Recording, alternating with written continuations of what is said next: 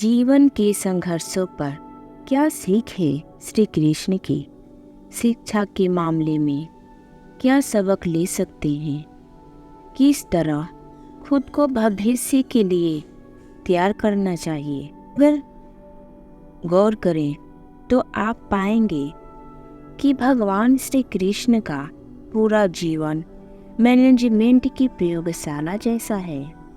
कुरुक्षेत्र में दो सेनाओं के बीच खड़े होकर भारी तनाव के समय उन्होंने अर्जुन को जो ज्ञान दिया वह दुनिया में श्रेष्ठतम है। गीता का जन्म हुआ युद्ध के मैदान में दो सेनाओं के बीच। जीवन की श्रेष्ठतम बातें भारी तनाव और दबाव में ही बाहर निकलती है।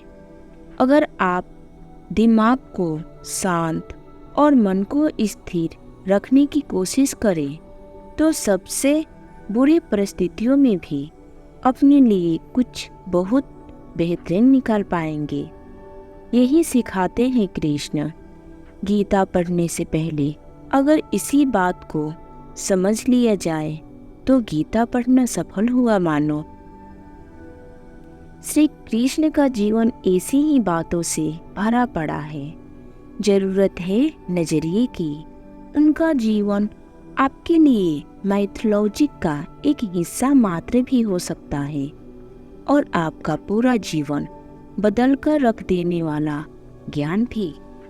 यह हमें तय करना है कि हम उनके जीवन से लेना क्या चाहते हैं। श्री कृष्ण मात्र कथाओं में पढ़े या सुने जाने वाले पात्र नहीं, वह चरित्र और व्यवहार में उतारे जाने वाले देव हैं। वह हमें सीख देते हैं कि कभी अगर आपको जीवन की स्थितियों पर रोना आए तो एक बार श्री कृष्ण के जीवन पर नजर जरूर डाल ले। रोना बंद कर देंगे आप। श्री कृष्ण ने एक जेल में जन्म लिया था और जन्म लेने के तुरंत बाद ही उन्होंने रात में ही उफनती यमुना पार कर गोकुल ले गया। तीसरे दिन ही राक्षसनी पूतना उन्हें मारने यहाँ पहुंची और यहाँ से जो संघर्ष की सिलसिला शुरू हुआ देह त्यागने तक बना रहा। भगवान श्री कृष्ण का जीवन कहता है, आप कोई भी हो, संसार में आए हैं, जब तक जीवन है आपको संघर्ष करना ही होगा।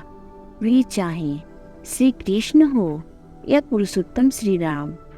मानव अवतार लेकर परमात्मा भी सांसारिक चुनौतियों से बच नहीं पाए, लेकिन श्री कृष्ण ने कभी किसी बात की शिकायत नहीं की। हर परिस्थितियों को जिया और जीता।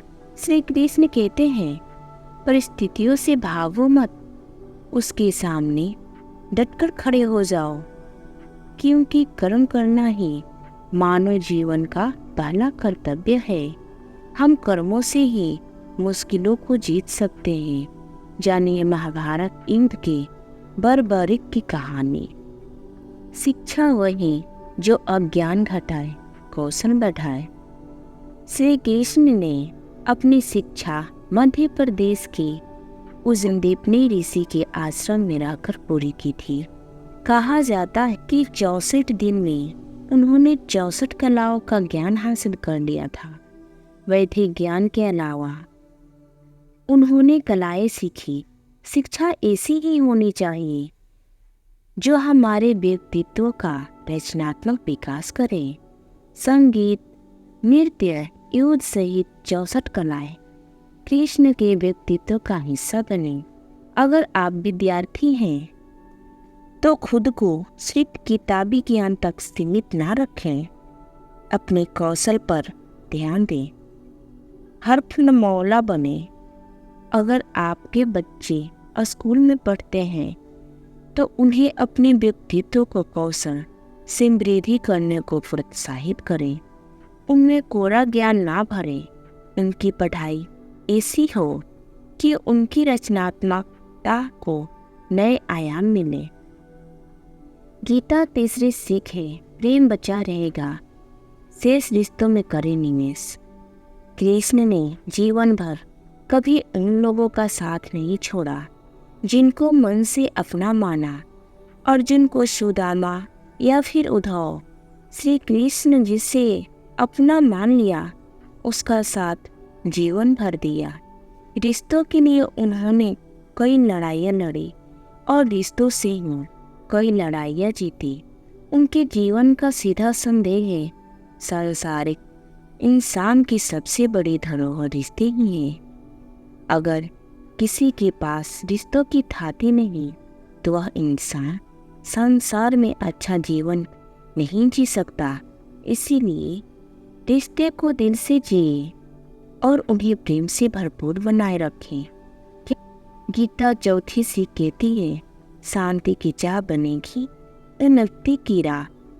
श्री कृष्ण ने महाभारत का युद्ध होने से पहले शांति के लिए पांडव और कौरवों के बीच मध्यस्थता का कि हालांकि दोनों की पक्ष युद्ध लड़ने के लिए आतुर थे, लेकिन श्री कृष्ण ने हमेशा चाहा कि कैसे भी युद्ध टल जाए। सबक यही है कि झगड़ों से कभी समस्याओं का समाधान नहीं होता। शांति के मार्ग पर चलकर ही हम समाज का रचनात्मक विकास कर सकते हैं। श्री कृष्ण ने समाज के लिए और मन के लिए शांति को ही सर्वोपरि कहा। उन्होंने समझाया कि कोई भी परेशानी तब तक मिट नहीं सकती जब तक शांति ना हो। शांति से ही सुख मिल सकता है, बस चाहे व्यक्तित्व को हो या समाज की शांति से ही उन्नति संभव है। गीता पांचवा सीख, तत्कालीन आवेश में लोच जरूरी है दुर्गामासी सोच। महाभारत की कहानी में युद्ध की घटना के बाद पांडवों को वनवास हो गया। तब श्री कृष्ण ने दूरदृष्टि दिखाते हुए अर्जुन को समझाया कि यह समय जाया करने के लिए नहीं हो, बल्कि भविष्य के लिए तैयारी करने का है। उन्होंने सबको महादेव शिव, देवराज इंद्र और देवी दुर्गा की तपस्या करने के लिए कहा। श्री कृष्ण जानते थे कि दुर्योधन को कितना भी समझाया जाए वह पांडव को कभी उनका राज्य नहीं लौटाएगा। तब अपना हक पाने के लिए शक्ति और सामर्थ्य की जरूरत होगी। कर्ण के कुंडल कवच पांडव की जीत में आड़े आएगी, ये भी वे जानते थे। उन्होंने हर चीज पर बहुत दूरगामी सोच रखी। कोई भी फैसला तत्कालिक आवेश में नहीं लिया। हर चीज के लिए आने वाली पीढ़ियों तक का सोचा। यही सोच राष्ट्र और समाज का निर्माण करती है। पुष्प के अलावा कहीं और क्यों नहीं होती ब्रह्मा की पूजा। मन की शांति रहे चीर, दिमाग रहे स्थिर। श्री कृष्ण को क्रोध दिलाने वाली, उन्हें अशांत करने वाली घटनाएं बार बार हुई। शिशुपाल पांडव के राजसूय यज्ञ में कृष्ण को अपशब्द पर अपशब्द कहता रहा। छोटा भाई था, लेकिन उसने मर्यादाएं तोड़ दी।